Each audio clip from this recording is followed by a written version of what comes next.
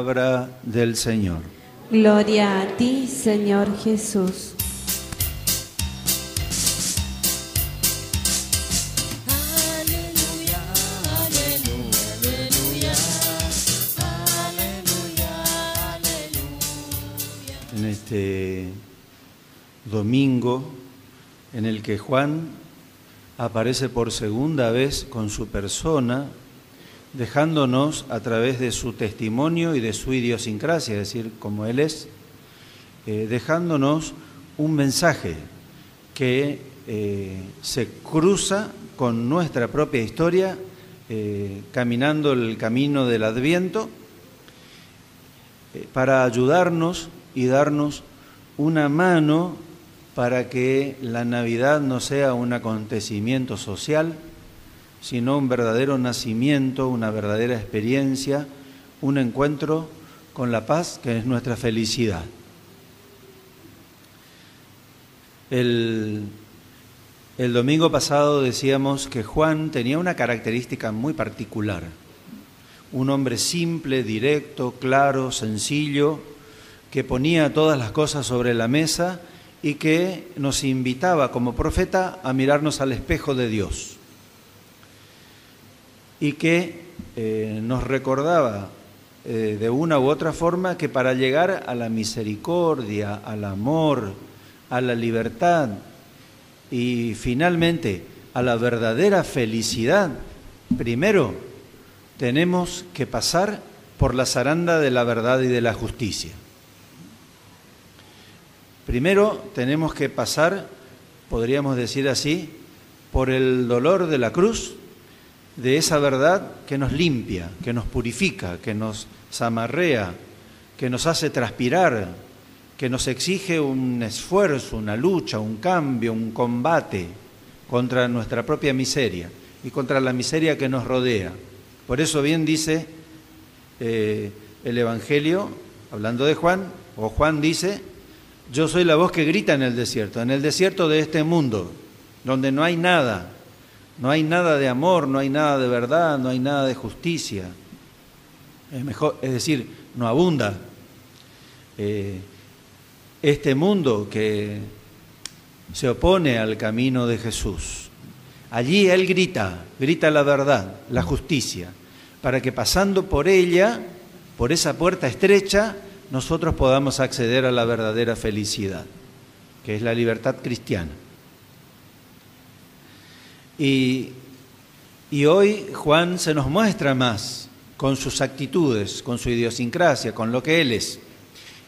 Y lo primero que queda claro es que una característica muy propia de Él, que se muestra como aquel que está definido, muy importante, importantísimo, frente a la verdad, con mayúsculas, frente al Dios de la historia, aquel que nos espera, hacia quien vamos para encontrarnos con Él.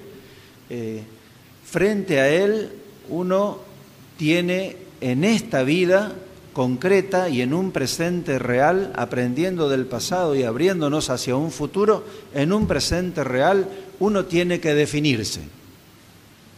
Tiene que saber discernir de qué lado está.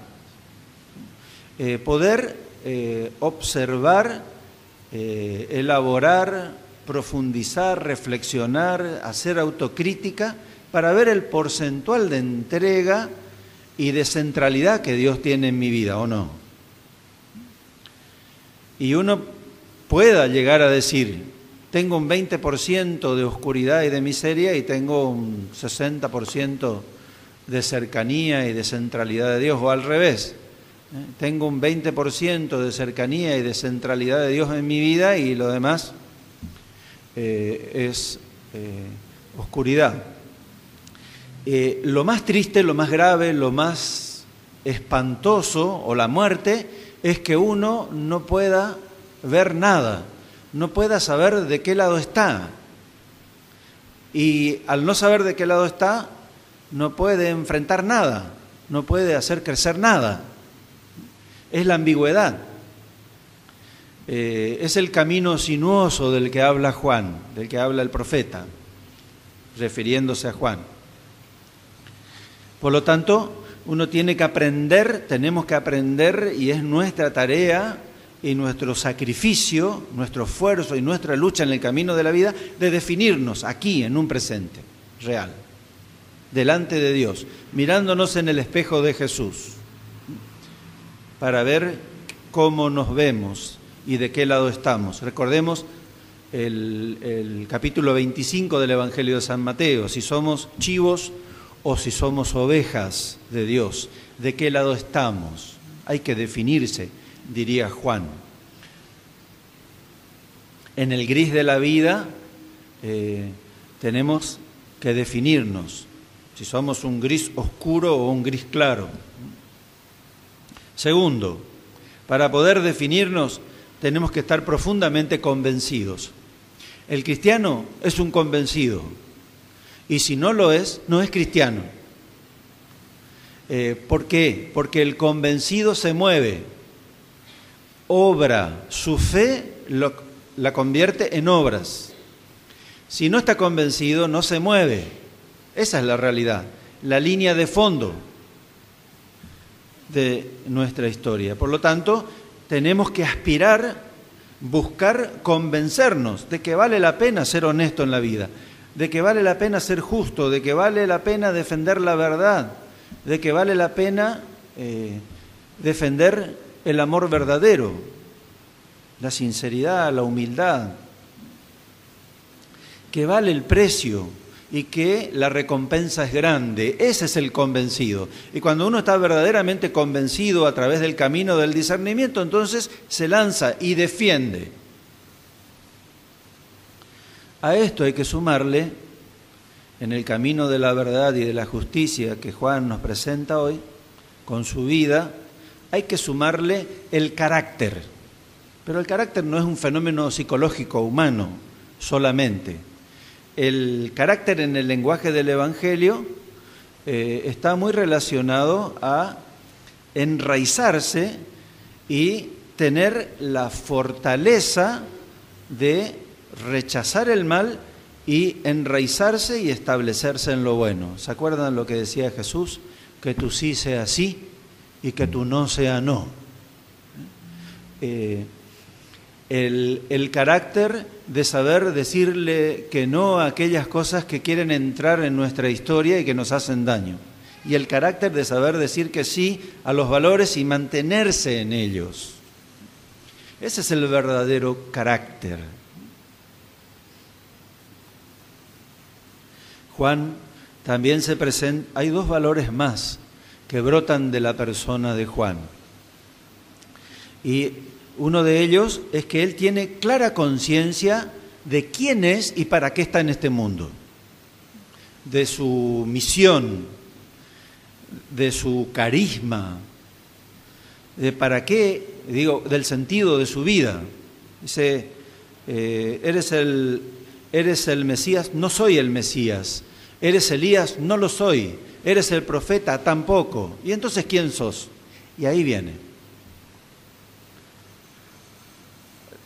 una voz que grita en el desierto, allá en el camino del Señor. Es importantísimo para nosotros cuando uno, frente a la verdad, el espejo de Dios, la verdad con mayúsculas que es Jesús, uno aprende a definirse, está convencido y tiene carácter en referencia a esa verdad, haciéndola propia para volverse veraz. Esa realidad tiene que desembocar en una clara conciencia de para qué estoy en este mundo y cuál es mi misión. De esa realidad brota esta conciencia de Juan, que la tenemos que tener todos, clara conciencia de a dónde vamos y para qué estamos. Finalmente, Juan jamás fue término, sino que siempre se concibió a sí mismo y lo manifestó como canal. Yo les bautizo con agua, pero detrás de mí viene aquel que bautizará en el Espíritu Santo y del cual yo no soy digno de arrodillarme para desatarle las sandalias.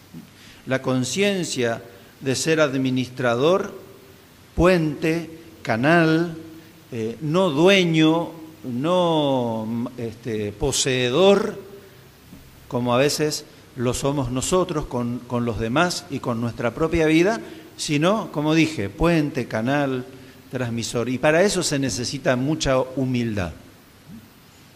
Gran virtud de este hombre simple, claro, que pone las cosas sobre la mesa y tiene la grandeza y el valor de invitarnos a hacer el esfuerzo de ser veraces en el camino de la vida, a través de definirnos, de estar convencidos y de tener carácter para adherirnos a lo bueno y saber decir que no a lo malo en el camino de la vida.